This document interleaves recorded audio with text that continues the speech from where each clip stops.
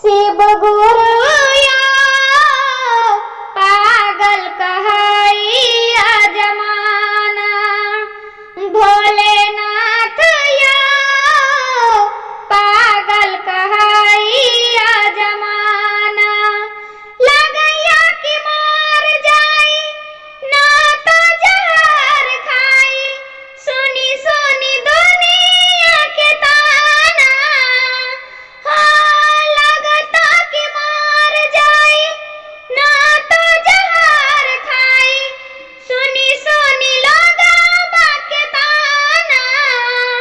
भोलेनाथ या पागल कहैया जमाना, शिव गुरु या पागल कहैया जमाना।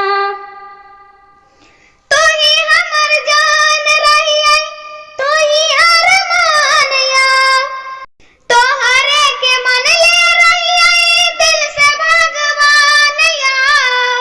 हाँ, तू ही हमर जान रहियै, तू ही अरमान या, तोहरे के मन ले रही दिल से भगवान या।